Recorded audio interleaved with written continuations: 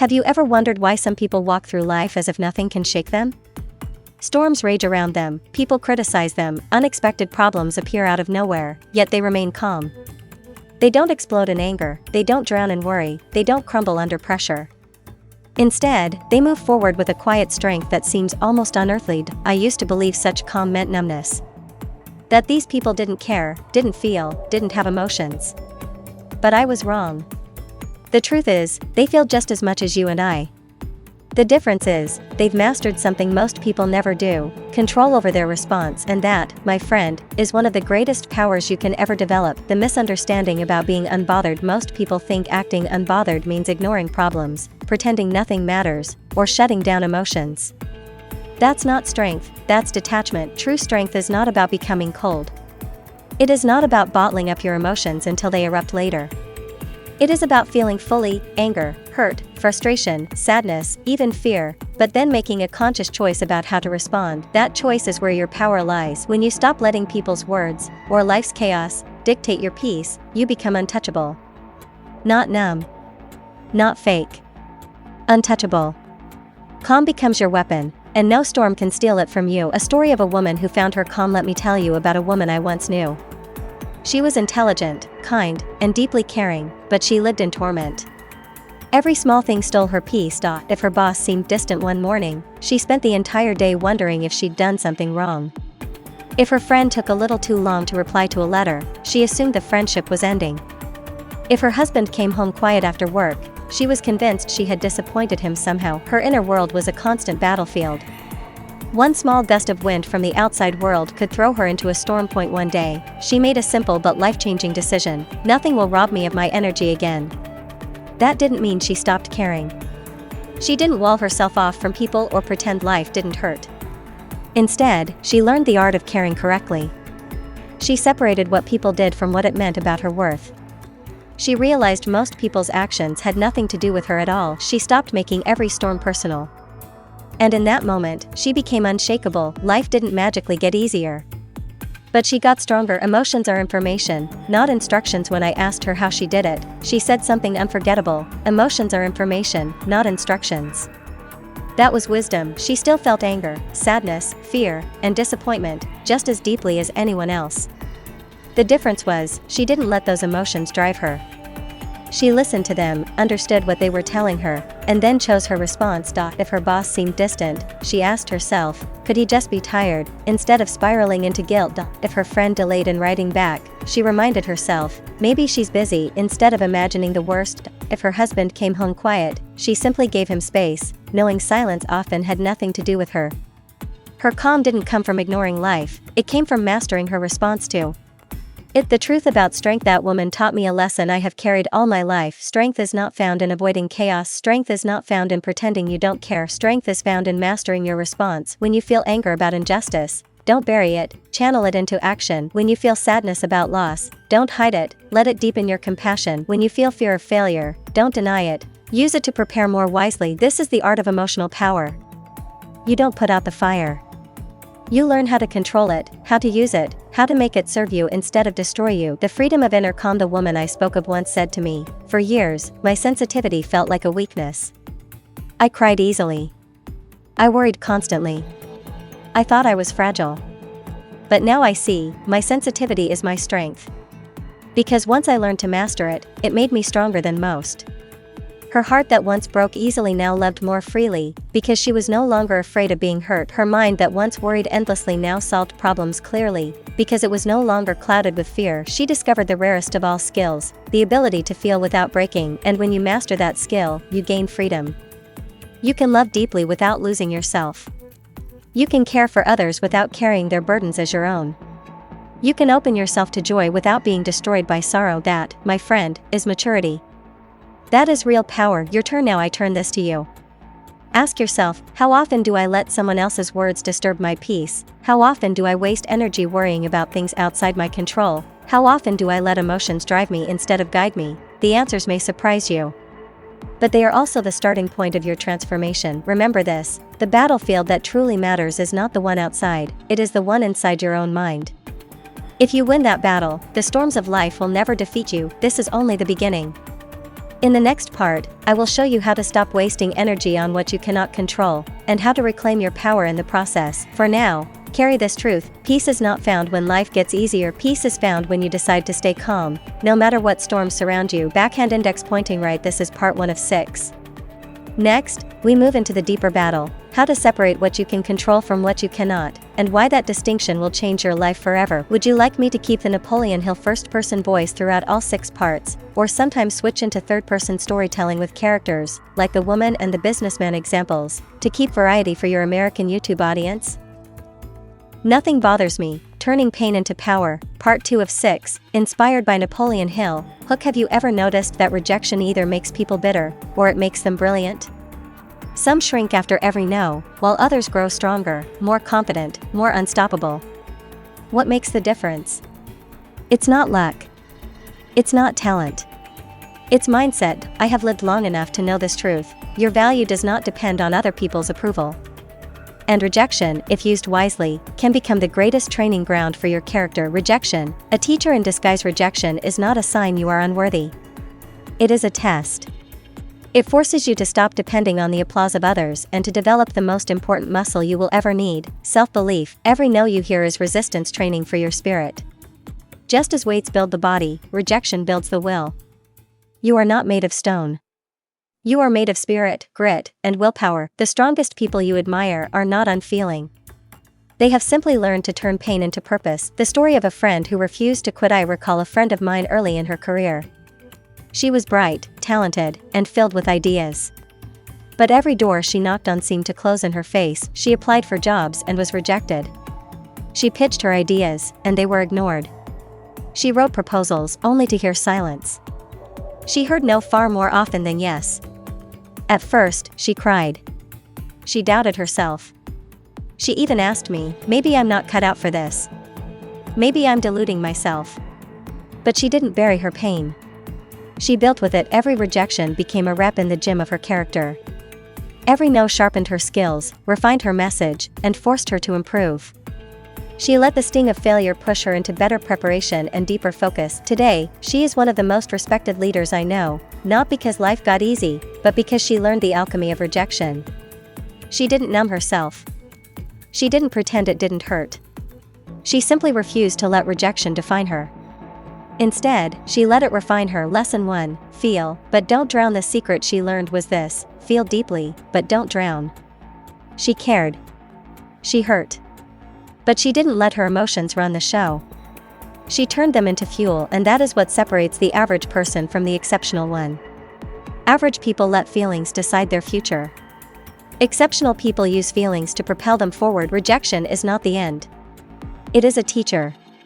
But only for those wise enough to listen. Detachment, the superpower of the calm. This leads me to the next great principle: detachment. When you cling too tightly to an outcome, you strangle it. Whether it is a dream, a relationship, or a goal, the harder you hold on, the weaker you become. Desperation drains your power. Detachment restores it. The moment you let go of how things must happen, when they must happen, and what others must do, you unlock freedom. You shift from desperation to discipline. Desperation has a smell. People can sense it across a room. It's the job seeker who seems too eager, the lover who clings out of fear, the entrepreneur who chases every opportunity without patience. Desperation repels the very thing it seeks. Discipline, on the other hand, attracts success. It is calm, steady, and confident. It trusts the process. It keeps working without needing instant results. Detachment is not indifference. It is caring so deeply that you are willing to do the work, even without guaranteed results. That is freedom. The story of the overworked dreamer. I knew a man once who chased success with clenched fists. He worked 18-hour days, sacrificed his health, neglected his relationships, and demanded instant results. He thought sheer force would bring him victory, but instead, he burned out. His body gave way. His mind grew cynical. And his dream became a burden instead of a joy point. One day, he shifted. He stopped forcing outcomes and started flowing with the process. He detached from timelines, from perfection, from the desperate need to win now, and when he let go, his entire world changed. His work improved, his health returned, his relationships deepened. Opportunities began to flow his way, not because he stopped trying, but because he stopped clinging. He discovered that detachment is the art of adjusting your sails rather than trying to control the wind. Stop explaining yourself. Another secret of the unbothered life is this: stop explaining yourself constantly. The habit of over-explaining comes from fear. Fear that people won't understand you, fear that they won't approve, fear that you must earn their acceptance with reasons and excuses. But the more you explain, the more you invite others to question your decisions. You signal that your life is up for debate. And you waste energy defending choices that never needed defending. You do not owe the world an explanation for every decision. Your time, your energy, your path are too precious to be spent on endless justifications. A woman who stopped defending her life. There was a woman I admired who once explained everything, to her boss, to her friends, even to strangers. She justified why she didn't attend every social gathering. She defended her choice to work from home. She explained why she didn't want children. She thought if she explained well enough, people would approve. But approval never came. Instead, she exhausted herself trying to earn something that could never be given freely. One day, she stopped. She decided, I don't need to explain myself to live my truth. From that day forward, she moved with quiet confidence. Not rude. Not dismissive. Just rooted in her values. Now, when someone questions her choices, she might smile, change the subject, or simply say, this is what feels right for me. And that is enough. The freedom of no explanations. When you stop explaining, you gain 3 things. Clarity. You make decisions faster because you're not worried about how to justify them. Authenticity. You live truer to yourself because you're no longer editing your choices for others. Confidence. You stop seeking permission to be yourself. The people who matter don't need your explanations. The people who don't matter won't accept them anyway. So why waste your energy? Closing thought for part 2. Rejection, detachment, and the courage to stop explaining yourself, all are forms of inner freedom. They free you from the chains of external validation. They free you from desperation. They free you from the exhausting need to be understood by everyone. When you practice these principles, you step into a new kind of power.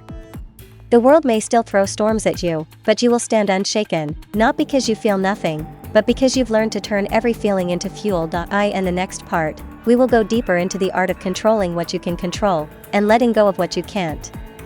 That shift alone will change the way you live every single day. Backhand index pointing right. This is part 2 of 6. Stay with me as we continue this journey into mastering calm, reclaiming power, and living the nothing bothers me mindset. Would you like me to also add a short recap at the start of each new part, like previously, we learned about, so your YouTube audience feels continuity from episode to episode? Part 3, the mastery of silence and the creation of closure. And when you possess that kind of inner clarity, silence becomes your strength. It is no longer the silence of uncertainty, but the silence of power. People begin to respect the individual who can stand firm in their choices without pleading for understanding or begging for approval. The world is full of noise, arguments, debates, constant explanations, but the one who learns to hold their peace commands a different kind of influence. It is the influence born of discipline, of self-possession, of certainty. Stop explaining. Start executing. Watch how your life begins to shift when you redirect your energy from justification to creation. Your energy will return because it is no longer wasted in defending every decision. Your focus will sharpen because you are no longer distracted by irrelevant opinions. Your time will become your own again because you have stopped renting it out to critics, and the people who truly belong in your circle will respect your decisions, even when they do not fully understand them. The shallow ones will fall away, and the ones who remain will be the ones who recognize your character. 6. Master the art of silence. Most people confuse silence with weakness. They think that if you do not respond, you have surrendered. But the truth is far greater. Silence, when wielded by a confident mind, is one of the most powerful instruments you can possess. It is not silence born of fear. It is silence born of strength, for when you are confident in your path, you do not need to explain every step. When you are certain of your worth, you do not need to defend it in every conversation. When you are anchored in purpose, you do not need to react to every provocation. The weak remain silent because they are afraid of conflict. The strong remain silent because they know not every conflict is worth fighting. The weak hold their tongue from fear of being judged. The strong hold their tongue because they understand judgment changes nothing. The weak stay quiet because they are uncertain. The strong stay quiet because they are certain. Silence, when practiced with wisdom, becomes a discipline. It gives you time to pause before you react, to evaluate before you speak, to determine whether your words will bring value or only bring noise. It frees you from the need to be understood by those whose understanding contributes nothing to your progress. Consider this: the individual who speaks at every opportunity loses the impact of their words. The constant talker becomes background noise, their opinions predictable and their presence exhausting. But the individual who speaks sparingly, with weight and with thought, commands attention when they do speak. People lean in when the thoughtful man opens his mouth. They listen closely when the disciplined woman chooses her words. For they know the silence that preceded those words gave them gravity. One man I once observed could never resist an argument. Every discussion became a battlefield. He would debate politics, relationships, work methods, anything and everything. He believed his passion was strength, but what it made him was draining. It was only when he discovered that peace was more powerful than winning that his life shifted. He realized that proving himself right in the eyes of someone unwilling to change was no victory at all. He understood that most arguments were never about truth but about ego. From that moment on, he began to treat his words like currency. He spent them only where the return justified the cost. His silence made his speech valuable, and soon people listened more, not less. Because when he finally spoke, it meant something. Silence can say, I am focused on my purpose, not on proving my point. I am unbothered by criticism that has no bearing on my mission. I have more important things to build than battles to fight. I am secure enough to let others misunderstand me without needing to correct them. That kind of calm has a magnetism. People feel it, and they respect it. In a world addicted to noise, silence is authority. 7. Don't chase closure.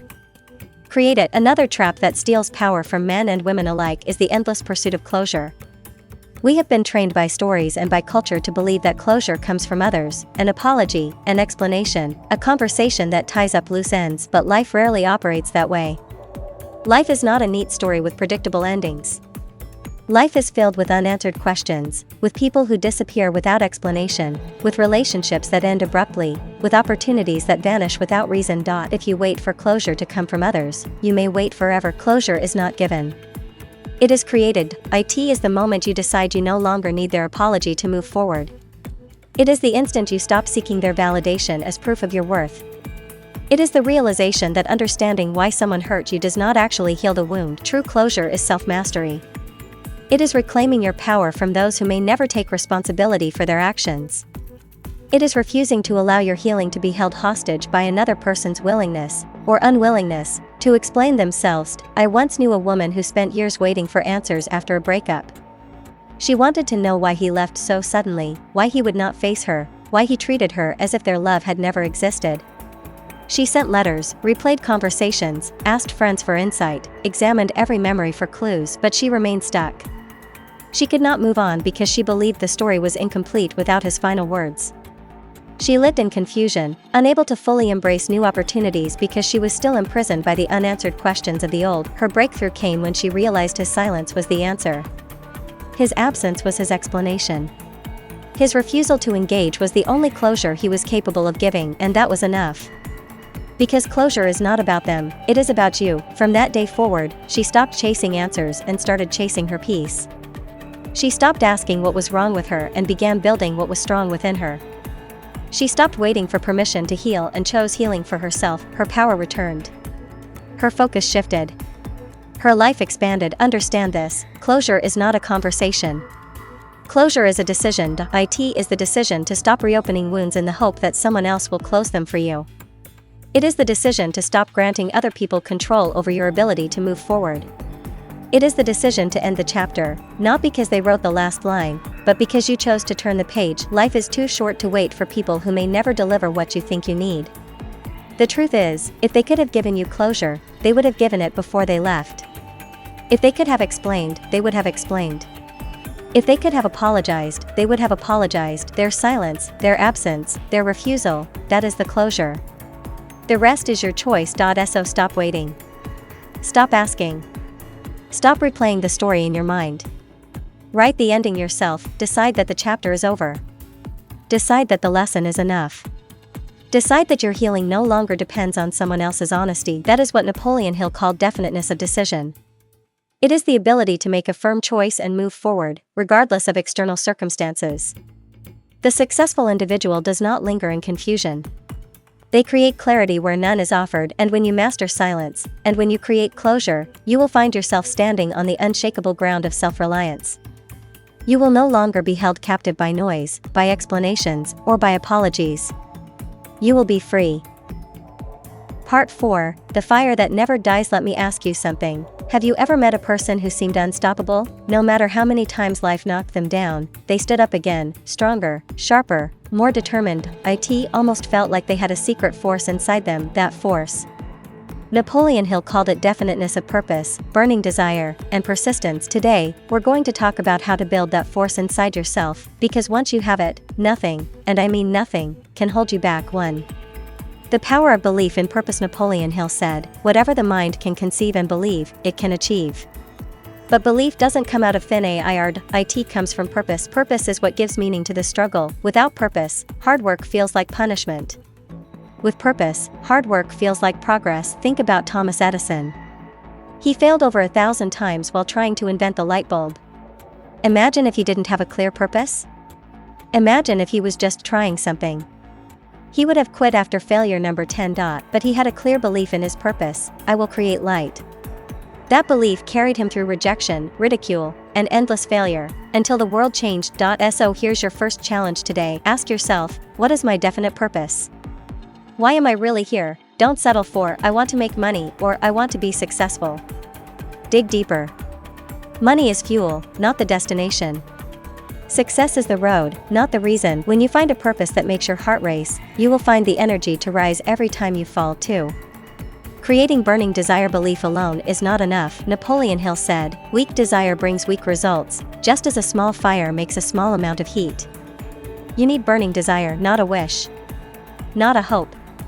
A burning, white-hot, unshakable need. Think of a person who wants to breathe. If you hold their head underwater, they don't politely wish for air. They fight, they struggle, they do everything possible to get that breath. That's desire. So how do you create it? You remind yourself daily of what's at stake. If you want to build a business, don't just say, "I want to be rich." Write down why. Maybe it's because you want freedom. Maybe it's because you want to take care of your family. Maybe it's because you want to make an impact. Tie your dream to something bigger than comfort. Tie it to your survival. Tie it to your future. The greater the reason, the stronger the desire. 3. Visualizing success. Now, here's where most people fail. They say they believe. They even say they desire, but they never see it. Napoleon Hill taught his students to close their eyes every single day and visualize their success as if it already existed, because your brain doesn't know the difference between imagination and reality. When you rehearse success in your mind, you train yourself to believe it's possible. And when belief grows, actions follow. Picture this: you wake up in the morning, sit quietly, and imagine yourself already living the life you dream of. See the house, the business, the freedom, the happiness. Feel the emotions. Smell the air. Touch the walls. Hear the sounds. Make it real. This is not daydreaming, this is mental training, this is programming your subconscious mind. Do this daily, and you'll notice something strange. Opportunities will appear where you never saw them before. Your mind will start spotting ways to win. Why? Because you've trained it to expect success instead of failure. 4. The power of persistence. Now comes the hardest part: persistence. Most people quit too soon. They get excited, they start strong, but when obstacles appear, they give up. Napoleon Hill said, "A quitter never wins, and a winner never quits." Think of Abraham Lincoln. Before becoming president, he lost election after election, faced business failures, and battled deep depression. But he never quit. His persistence changed the course of American history. Think of Colonel Sanders. At age 65, after being rejected over 1,000 times, he finally found someone who believed in his chicken recipe. Today, the world knows his name. Persistence is not glamorous. It's not shiny. It's not exciting. It's waking up when you don't want to. It's making the call when you're tired. It's practicing when no one is watching. It's trying again after 999 failures. Persistence is the bridge between desire and achievement. 5. Bringing it all together. So let's put it all together. Believe in your purpose. Without belief, you'll quit. Create burning desire. Without desire, you'll never start. Visualize success. Without vision, you'll never see the way. Stay persistent. Without persistence, you'll never finish. This is the formula Napoleon Hill gave us. Simple? Yes. Easy? No. But life-changing? Absolutely. Final challenge for you tonight. Before you go to sleep, write down your purpose in the morning, read it out loud, then close your eyes and visualize your dream as if it already exists, and when the world tests you, and it will, refuse to quit. That's how legends are made. That's how ordinary men and women become extraordinary. Closing words. So my friend, let me leave you with this. Your dream is waiting. Your future is waiting. The life you want is possible, but it's not going to knock on your door. You have to chase it. You have to fight for it. You have to persist until it bends to your will. Napoleon Hill proved that the greatest power in the world is not outside you. It's inside you, your belief, your desire, your vision, and your persistence. Now go light the fire that never dies. Part 5, Unstoppable Momentum, the Mastermind and Courage to Decide. Have you ever noticed how some people move through life like a river that cannot be stopped? Obstacles appear in their path, but they flow around them. Problems arise, but they don't stay stuck. They keep moving forward with momentum that seems almost supernatural. What is their secret? Napoleon Hill gave us the answer. It is not luck. It is not talent. It is a combination of principles that, when applied, make a person unstoppable. Today, we explore part 5 of this journey, how to build unstoppable momentum through the mastermind principle, the courage of decision, faith in action, definiteness of purpose, and persistence until victory. The mastermind principle. Napoleon Hill wrote that no person becomes truly successful alone. Behind every fortune, every invention, every great breakthrough, there was always a group of minds working together in harmony. He called this the mastermind principle. When two or more people work together in perfect harmony for a definite purpose, a third, invisible force is created, a mind greater than their own. Think of Thomas Edison. He was not alone in his laboratory. He had a team of bright, dedicated men who worked with him day and night. His genius multiplied because he connected with other minds. Or Andrew Carnegie, the steel magnate. When Hill interviewed him, Carnegie admitted openly that he personally knew little about making steel. His real genius was in gathering men around him who knew more than he did, and creating harmony among them. Ask yourself, who is in your mastermind group? Who are the people influencing your thinking every day? Are they building your vision or quietly destroying it? If you want unstoppable momentum, surround yourself with people who challenge you, inspire you, and believe in your purpose. One true believer in your corner can be the difference between quitting and continuing. Decision and courage. Napoleon Hill also taught that successful people make decisions quickly and firmly, while failures make them slowly and change them often. Think about that. How many times have you delayed a decision, waiting for the perfect time, only to realize months or years later that you wasted opportunities? Every great leader in history had one thing in common: the courage to decide. George Washington deciding to cross the icy Delaware River. Henry Ford deciding that every American should own a car. Steve Jobs deciding that computers should not only be powerful but beautiful. Decision creates momentum. Indecision kills it. So ask yourself, what decision are you avoiding right now? What action are you putting off because you're afraid of failing, or afraid of what others will say? Remember this truth: the longer you wait, the weaker your desire becomes. The faster you decide, the stronger your momentum grows. Faith in action. But decision alone is not enough. Napoleon Hill reminds us that faith is the starting point of all achievement. Faith is not blind hope. Faith is a state of mind you create through repeated affirmations, visualization, and constant focus. It is the ability to see the unseen. Think of the Wright brothers. No one believed man could fly. Newspapers laughed at them. Experts said it was impossible. But they had faith, and faith moved them to action. Your faith must not remain in your mind alone. It must flow into your hands, into your voice, into your daily work. Hill said, "Faith without action is dead." You prove your faith not by what you say you believe, but by the actions you take every day. When doubt whispers, "It's too hard," faith answers, "Keep moving." The vision is real. Definiteness of purpose. Momentum requires direction. A train without tracks is useless. A ship without a rudder drifts endlessly. Napoleon Hill placed definiteness of purpose at the very center of his philosophy. It is knowing exactly what you want, why you want it, and refusing to settle for less. If your purpose is unclear, you will hesitate. You will scatter your energy on dozens of half-started projects. But when your purpose is definite, every step you take builds power. Hill said, "The person who moves with definiteness of purpose goes straight to success." So ask yourself, what is the one thing you want most right now? Not 10 things. Not 5. 1. Burn it into your mind. Write it on paper. Read it daily. Let it dominate your thoughts until it becomes your reality. Persistence until victory. Finally, we come to persistence, the glue that holds all the other principles together. Persistence is simple to define but hard to practice. It is the refusal to quit. Every person who ever succeeded faced defeat after defeat. Edison failed thousands of times. Abraham Lincoln lost election after election before becoming president. Colonel Sanders heard no over 1,000 times before someone finally bought his chicken recipe. What separated them from the millions who quit? Persistence. Napoleon Hill wrote, "There is no substitute for persistence." The person who makes persistence his watchword discovers that old man failure finally becomes tired and makes his departure. Victory does not always come to the strongest, the fastest, or the smartest. It comes to the one who refuses to stop. Closing inspiration. So today, I ask you, will you build your mastermind? Will you decide with courage? Will you live your faith through action? Will you fix your eyes on one definite purpose? Will you persist until victory is yours? The answer must be yes, because inside you lies the same power that moved Edison, Carnegie, Ford, and Hill himself. Success is not reserved for the chosen few. It is reserved for the persistent, the courageous, the faithful. Decide today that you will no longer hesitate. Decide today that you will no longer quit. Decide today that you will move with unstoppable momentum, until the life you desire is not a dream, but your daily reality. Part 6. The Master Key. Turning thought into destiny. Have you ever wondered why two people can start with the same opportunities, yet one rises to greatness while the other drifts through life unnoticed? The difference, as Napoleon Hill discovered, is not in luck, not in talent, not even in resources. The difference is in how they use their minds. This final part of our series is about the Master Key. It's about taking everything we've learned, desire, belief, visualization, persistence, discipline, and putting it together so your thoughts no longer remain dreams. They become destiny. Let's dive in. 1.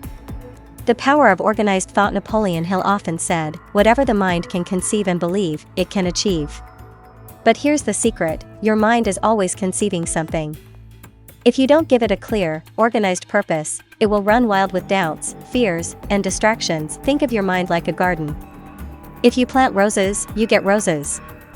If you plant weeds, or worse, if you plant nothing at all, the weeds will take over. The first step to mastering destiny is to organize your thoughts around one definite purpose. No more scattering your energy across 10 different things. No more letting random worries dictate your day. Instead, you say, "This is what I want. This is who I will become." And every thought, every action, every habit will move me toward it. 2.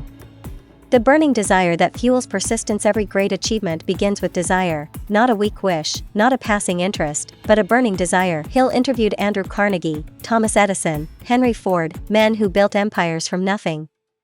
Each of them had one thing in common: they wanted success so badly that they could endure any obstacle, any criticism, any temporary failure. Ask yourself, do I want my goal as much as I want air when I'm gasping for breath? Because here's the truth, when your desire is strong enough, you will find a way. When it's weak, you will find excuses. So write down your desire. Read it daily. Feel it in your bones. Turn it into the fire that keeps you moving even when the nights are long and the path is hard. 3. The mastermind principle. Napoleon Hill revealed one of the greatest secrets of success, the mastermind. He discovered that no great leader, no wealthy industrialist, no world-changing inventor ever worked alone.